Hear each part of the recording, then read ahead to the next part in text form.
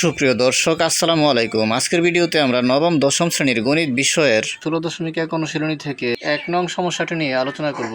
এখানে বলা আছে একটি সমকোণী ত্রিভুজের অতিভুজ 25 মিটার, এর একটি বাহু অপরটির 4/3 অংশ হলে বাহু দুটির দৈর্ঘ্য নির্ণয় করো। আমরা জানি একটি ত্রিভুজের 3টি বাহু রয়েছে, আর যেহেতু এটি একটি সমকোণী ত্রিভুজ তাহলে সমকোণের বিপরীত বাহুটি হচ্ছে অতিভুজ। আর এখানে প্রদত্ত ত্রিভুজটির অতিভুজের মাপ দেওয়া আছে 25 মিটার। আর বাকি দুটি বাহুর মধ্যে একটি বাহু অপরটির 4/3 অংশ, অর্থাৎ একটি বাহু যা হবে তাকে 4 ভাগ করে 3 অংশ নিলে অপর বাহুটি পাওয়া যাবে। তাহলে আমরা প্রদত্ত শর্তানুযায়ী একটি ত্রিভুজ অঙ্কন করে নেই। তাহলে এখন আমরা একটি সমকোণী ত্রিভুজ অঙ্কন করে নিলাম, আর উক্ত ত্রিভুজটির নাম দিলাম ABC। উক্ত ত্রিভুজটির এখানে সমকোণ রয়েছে অর্থাৎ 90 ডিগ্রি, আর এই সমকোণের বিপরীত বাহু হচ্ছে এসি বাহু। এসি বাহুর দৈর্ঘ্য প্রশ্নে বলা আছে 25 মিটার। তাহলে উক্ত ত্রিভুজটির অতিভুজ এসি এর মাপ আমরা লিখে নিলাম 25 মিটার। যেহেতু প্রশ্নে বলা আছে উক্ত ত্রিভুজটির একটি বাহু অপরটির 4/3 অংশ, অর্থাৎ একটি বাহুর দৈর্ঘ্য যা হবে তাকে 4 ভাগ করে 3 অংশ নিলে সেটি হবে অপর বাহুর দৈর্ঘ্য।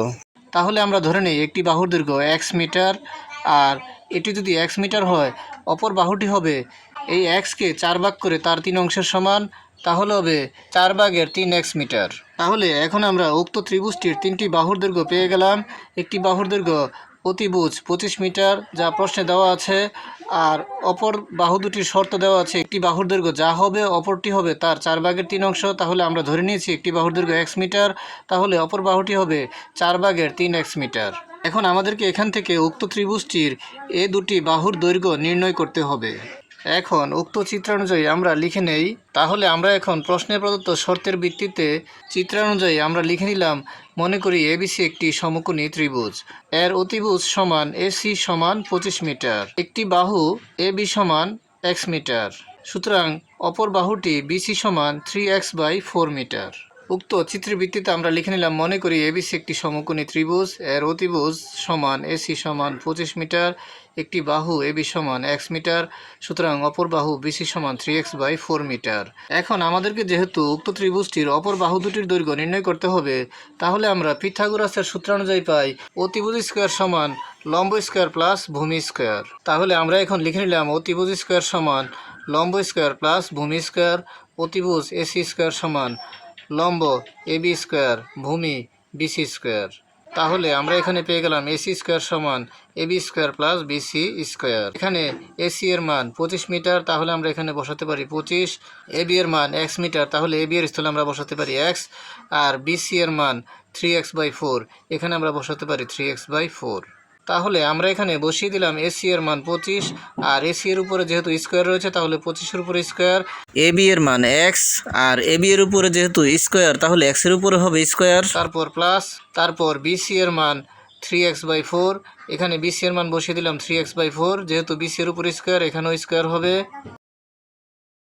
তাহলে আমরা এখানে পেয়ে গেলাম 25 স্কয়ার সমান 25 গুণ 25 অর্থাৎ 625, x স্কয়ারের মান x স্কয়ার প্লাস তারপর 3x/4 হোল স্কয়ার অর্থাৎ 3 এর স্কয়ার 3 3 9, আর x স্কয়ারের x স্কয়ার অর্থাৎ 9x square, R by 4 square অর্থাৎ 4 স্কয়ার সমান 4 গুণ 4 4 4 16।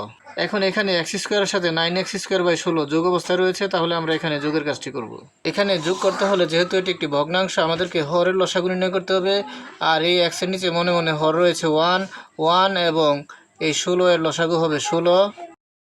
এখন এই 1 দ্বারা যদি আমরা 16কে ভাগ করি ভাগফল হবে 16, সেই 16 দ্বারা লব x² কে গুণ করলে হবে 16x² একে 16x²। আবার এই হর 16 দ্বারা যদি লসাগু 16কে ভাগ করি তাহলে হবে 16 দ্বারা 16কে ভাগ করলে ভাগফল হবে 1, সেই 1 দ্বারা প্লাসের 9x² কে গুণ করলে হবে প্লাস 9x² একে 9x²। তাহলে আমরা এখানে পেয়ে গেলাম 625 সমান 16x² প্লাস 9x²/16। এখন এই 625-এর নিচে মনে মনে হর রয়েছে 1। এখন আমরা বাম পক্ষের সাথে ডান পক্ষ এবং ডান পক্ষের সাথে বাম পক্ষ আড়াআড়ি গুণ করতে পারি। আমরা যদি আড়াআড়ি গুণ করি তাহলে পাই 625 গুণ 16 সমান 16x² প্লাস 9x²। তারপর আমরা পাই 625 গুণ 16 সমান এখানে 16 এক্স স্কোয়ার এবং 9 এক্স স্কোয়ার, যেহেতু এখানে 16টি এক্স স্কোয়ার রয়েছে আর 9টি এক্স স্কোয়ার রয়েছে, এই দুটি যোগ অবস্থায় রয়েছে। 16টি এক্স স্কোয়ার এবং 9টি এক্স স্কোয়ার যোগ করলে হবে 25টি এক্স স্কোয়ার। তার মানে এখানে 25 এক্স স্কোয়ার সমান আমরা পেয়ে গেলাম 625 গুণ 16।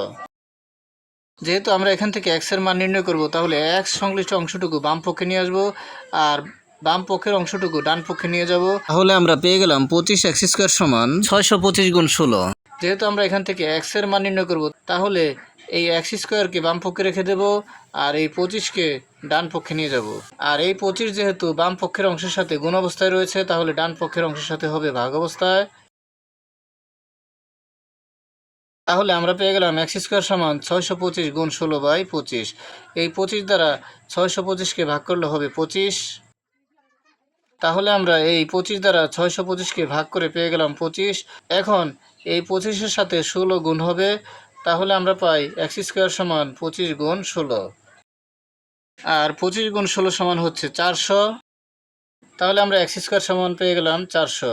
যেহেতু আমরা এখান থেকে এক্স এর মান নির্ণয় করবো, তাহলে এক্সকে বাম পক্ষে রেখে দেব আর এই স্কোয়ারকে বাম পক্ষ থেকে ডান পক্ষে নিয়ে গেলে এটি বর্গমূল হয়ে যাবে, অর্থাৎ রুট হয়ে যাবে। তখন হবে এক্স সমান বর্গমূল 400। আর 400কে যদি আমরা বর্গমূল করি, তাহলে আমরা পাই 20। সুতরাং এক্স সমান আমরা পেয়ে গেলাম 20।